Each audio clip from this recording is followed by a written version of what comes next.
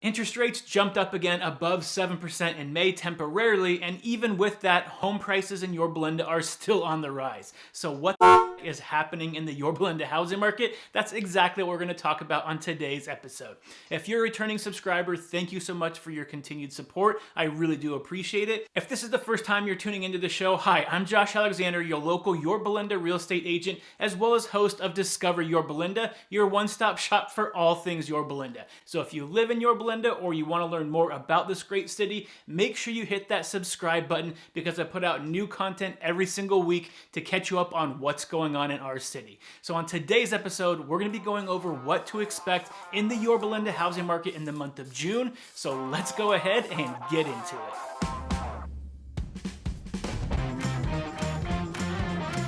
So it may not feel like it in Yorba Linda right now with the weather, but summer is basically here. The kids are about to get out of school. People are starting to plan their vacations. So what does that mean for the Yorba Linda housing market? Let's go ahead and take a look. So like we normally do on these episodes, first we're gonna look at what happened in the month of May, and then we're gonna go over what you should expect in June in Yorba Linda's housing market. So that way, if you're thinking of getting into the market, you know exactly what to expect. So in the month of May in Yorba Linda's housing market, we pretty much saw about the same thing that we saw back in April. So there wasn't really much change. Inventory stayed about the same, going up and down a little bit, and demand stayed about the same as well. So overall, when you look back in the month of May, out of all the homes sold, about 68% of them sold for at or above asking price. So we're continuing to see this trend of home values inside Yorba Linda continue to go up slowly week after week. So we are definitely in a seller's market right now in Yorba Linda, especially in the price ranges at 1.5 million and below. Once you go above 1.5 million, it slows down a little bit,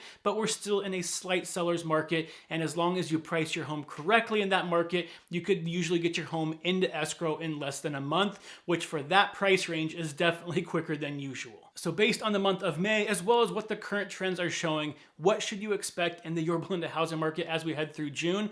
Let's go ahead and go over that now. So number one, let's look at interest rates, because interest rates now are pretty much dictating the entire market. The market is extremely interest rate sensitive. During the month of May, we did see interest rates spike above 7% temporarily before they fell back down to the mid 6% range, which is where they are right now. So one of the major reasons we did see interest rates spike in the month of May had to do with this debt ceiling deal that's been going on back and forth over the last couple weeks. Because of all the uncertainty surrounding that, we saw interest rates continue to climb. However, when they announced that they had a tentative deal this week, immediately we saw interest rates drop pretty significantly, again back down into the mid 6 ranges for most home buyers right now. So during the month of June, as long as there's no more major hiccups with the debt ceiling, you should expect interest rates to probably hover right around that 6.5% range, which is where they've been for about 3 months now. So don't expect any major shifts in that. So what should you expect on the supply and the demand side in Yorba Linda as we head through June? Well, typically this time of year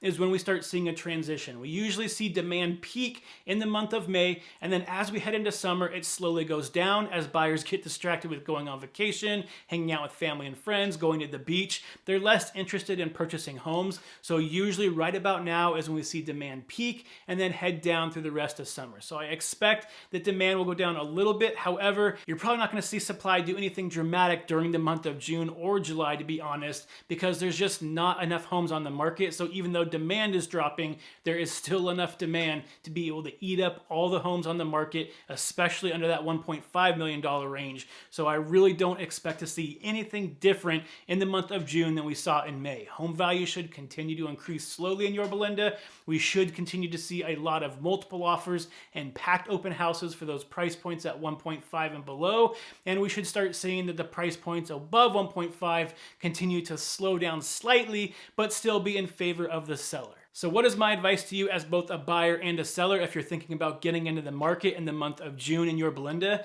Well, as a buyer, if you haven't been paying attention to what's been going on in the last few months in the Orange County housing market in general, you're probably in for a rude awakening. When you go to look for homes, you're going to be headed to packed open houses. When you're placing offers, you're going to have competition on a lot of homes with multiple offers on them. So you're going to have to put in offers that are aggressive. You might have to go above asking price, above market value value slightly, and you're probably going to have to reduce your contingency periods to be competitive with the other offers out there. So if you're a little bit unsure about these terms or have some more questions about buying a home in Yorba Linda, feel free to reach out to me anytime. Depending on where you're watching this, you can DM me, you can call me, you can comment below, and I'll definitely reach out to be able to answer any questions you have about the housing market. Now, on the selling side of things, it really comes down to two things in terms of my advice for you. Number one, you have to make sure that you price your home based on market value. Yes, we're seeing a lot of buyers right now, but because interest rates are so high, buyers are still being selective about which homes they place offers on.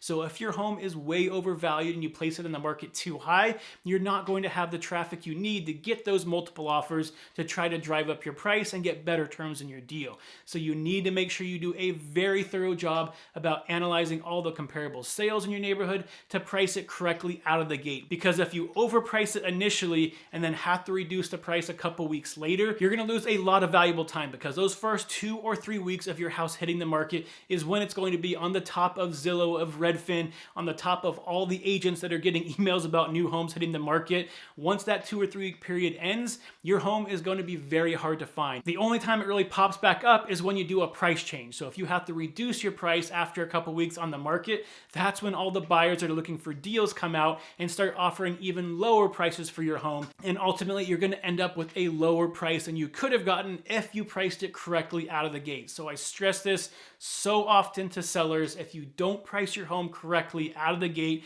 you're really going to be shooting yourself in the foot to be able to get the best price and best terms for your home. So the second thing you need to concentrate on as a seller is marketing. Yes, right now we are in a seller's market, but if you are not marketing your home correctly, you're missing out on a huge base of potential customers. So you need to make sure you're putting a package together that not only is going to have high quality photos, videos, 3D tours, aerial tours, but also that you're marketing it on all the platforms that people are looking at homes. So not only on the MLS and Zillow and Redfin, places like that, but really utilizing some of the newer places to target buyers, which is going to be things like Instagram, Facebook, YouTube, Google, and yes, even TikTok in some cases, depending on the type of buyer you're looking for. So if you don't have a well-rounded marketing plan that's doing all of that for you, then you're really, again, going to be shooting yourself in the foot and not getting as many potential buyers in your home as you could. So make sure you price your home correctly and market it correctly to make sure you have success in today's market. Now, on the selling side of things, if you have any questions about what it takes to sell a home in Yorba Linda or some of the things you can be doing to improve your chances of getting it sold for the highest price possible, again, feel free to reach out to me depending on what platform you're on. I'd be happy to help you out. And also, if you have anybody that you can think of that would find this information useful, please consider sharing it as well. I would really appreciate it. So until next week, stay healthy, stay happy, and I'll see you on the next show. Bye, everybody.